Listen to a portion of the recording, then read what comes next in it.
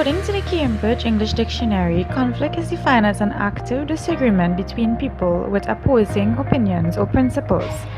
Conflict resolution is conceptualized as the methods and processes involved in facilitating the peaceful ending of conflict and retribution. Mediation is an effective way to deal with disputes.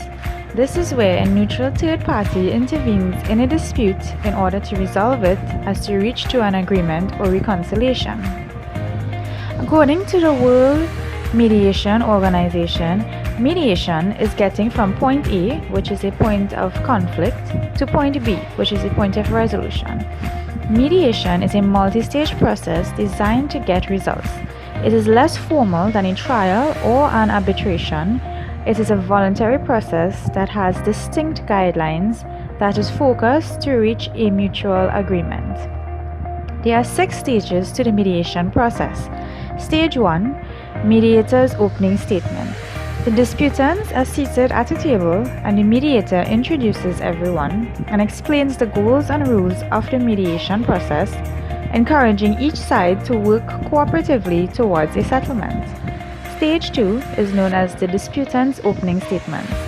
Each party is allowed to describe in his or her own words what the dispute is about and how he or she has been affected by it. They are encouraged to present some general ideas about resolving the issue.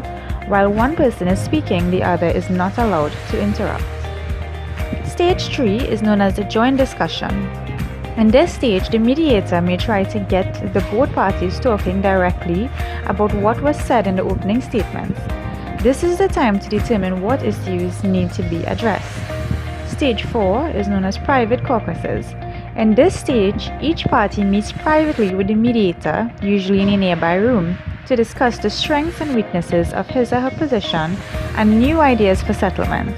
The mediator can caucus with each party once or several times if needed. However, the mediator must remain neutral. Stage 5 is joint negotiation. Here, the mediator brings both parties back together to negotiate directly and offer some brainstorming to generate new options for settlement. Stage 6 is the final stage in the mediation process. This is known as closure or memorandum of understanding. If an agreement has been reached, the mediator may put its main provisions in writing as the parties listen. The mediator may then ask each party to sign a written summary of agreement. This can also be a verbal process if the situation is not very formal. However, at this point, the agreement should be a win-win solution that should dissolve the dispute and bring an end to the whole conflict. If an agreement cannot be reached, the mediator can suggest a second meeting or, if needed, advise the parties to go to arbitration or court.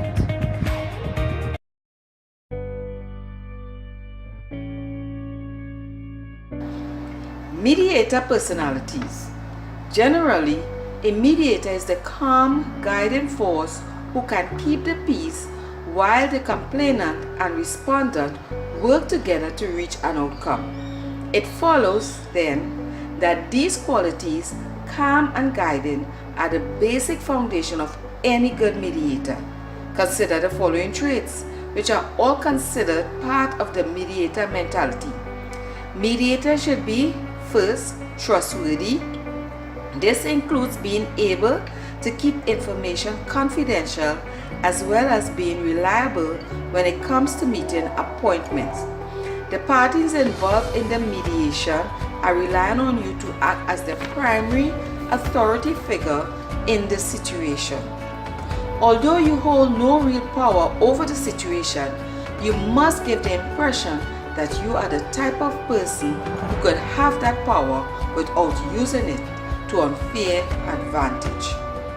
Humble, that's number 2.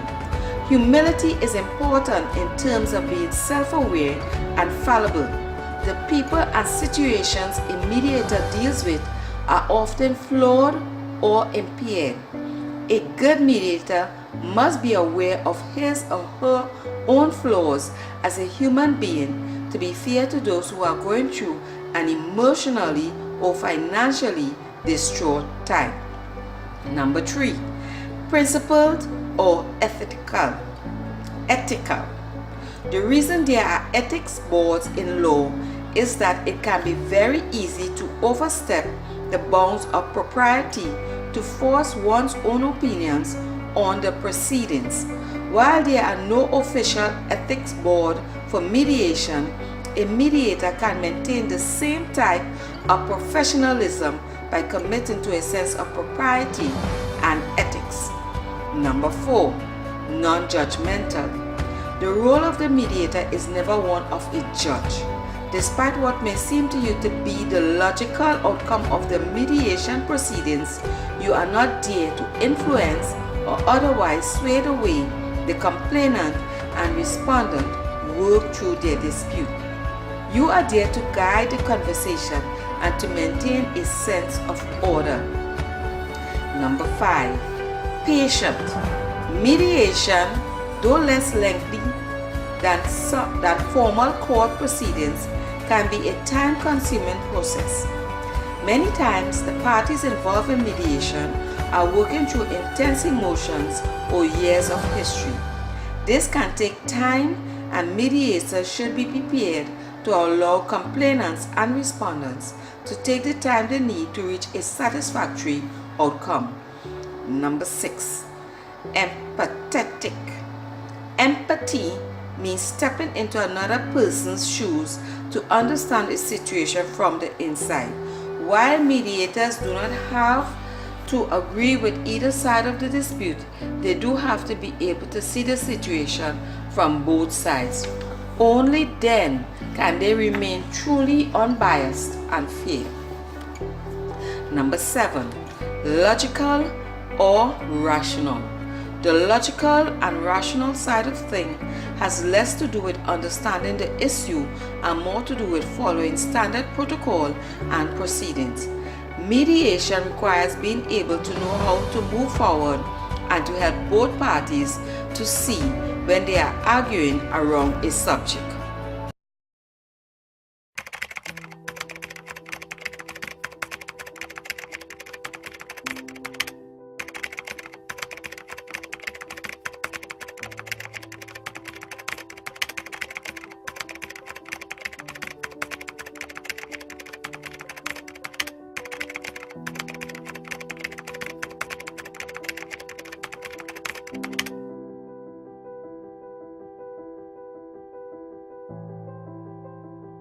Mira, why have you been avoiding me? Don't even bother talking to me. You're disgusting. What did I do to deserve this type of treatment? Just stay away from me with your stink fake self.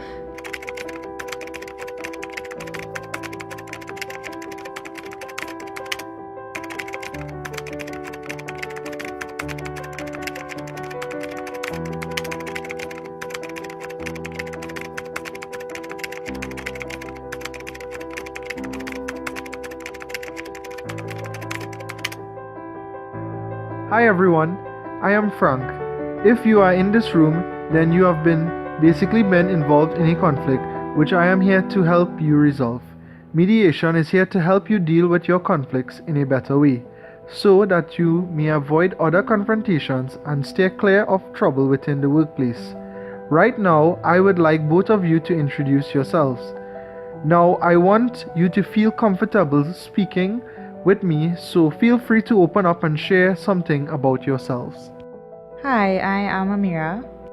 And I am Carol. Okay, great. Now it's time to go over some rules. 1. You must always be honest. 2. You must remain quiet whenever anyone else is speaking. You will get your turn to speak. 3. You must listen and try to understand why this conflict happened. Do not shut yourself out from what anyone else is saying. 4. Don't be afraid to say what's on your mind. 5. You must sign a contract before you complete the peer mediation program. 6. You must respect each other. Some of the steps that you must be aware of in peer mediation are: 1. You will tell the whole story. 2. You will identify the facts of the conflict and your feelings. 3. You must generate opinions. 4. You must make an agreement. Do you have any other questions about the program? Well, I'll start. So, about a week ago, Carol and I were having a conversation in the bathroom. See, what happened is that I caught my boyfriend cheating on me and I was heartbroken. I was crying in the washroom and Carol was there comforting me and pretending to be my friend. Obviously, I was ashamed of the whole situation and I asked her to keep the whole affair to herself. Next thing I know, I heard Colleen telling Monique that my boyfriend had cheated on me. I mean, how could she be so nasty to betray me like that? Especially after I kept so many secrets for her. She is nasty and fake, that's all. Okay, I understand how you feel. Did you talk to Carol about the issue? I have nothing to say to her and I did not even want to listen to that backstabber of a friend. Okay, Carol, why don't you tell me what happened? First of all, I am a great friend and this is just a big misunderstanding. That day when Amira told me about what Sam, her boyfriend, was doing, I had no intention of spreading her business, and I did not. Our co-worker Colleen saw Sam at the mall with his new girlfriend and she came and asked me about the whole issue because she knows Sam is Amira's boyfriend. I defended her and told Colleen to mind her own business. When I tried to tell Amira about what Colleen saw, she was rude, cussed me out and embarrassed me. Honestly, I don't want a friend who would think that I would do something so horrible. So I just left her and her attitude to herself and minded my own business. So I understand that this is a touchy conflict because there are emotions attached, but we need to come up with an agreement.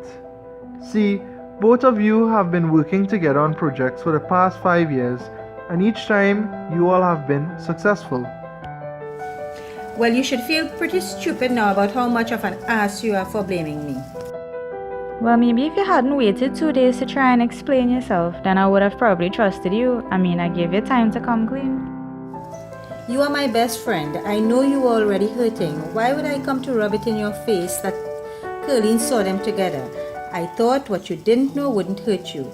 Sorry for trying to be a good friend, but clearly you are not who I thought you were.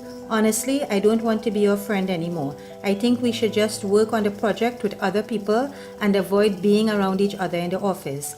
I am sure I can convince Frank to take you off this project, or maybe you can save us all the trouble and quit. Wow, you are so full of it. And to think I was now buying your silly story, why don't you quit? I get that I may have overreacted, but honestly, I am not apologizing to you after that dumb statement you make. I have no desire to work on anything with you, neither do I need you. I am sure I can handle this project on my own or with somebody else.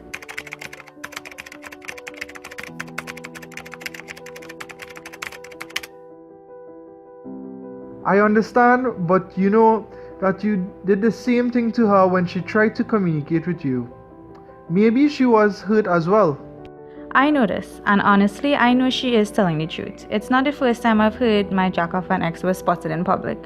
I just didn't like how she wrote me off as a friend. I was going to apologize after I heard her side of the story, but where does she get off telling me to quit? So, how do you propose that conflict be resolved? Yes, I do understand. I would be too. I should have known better than to think that she would have done something to hit me like that. Honestly, I think I was so mad at Sam and the whole cheating situation that I lashed out on her. So, how do you propose that conflict be resolved? Well, I will be willing to apologize for blaming her once she will stop being so self-righteous and apologize for the hurtful things that she said as well. I do want to put this behind us because we do make a great team at work and as friends.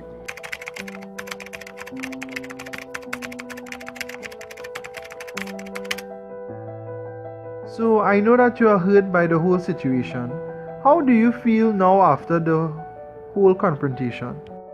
Well, I am happy that I finally got to tell my side of the story, but I am not sure that I can forgive her for embarrassing me and how she handled the whole situation.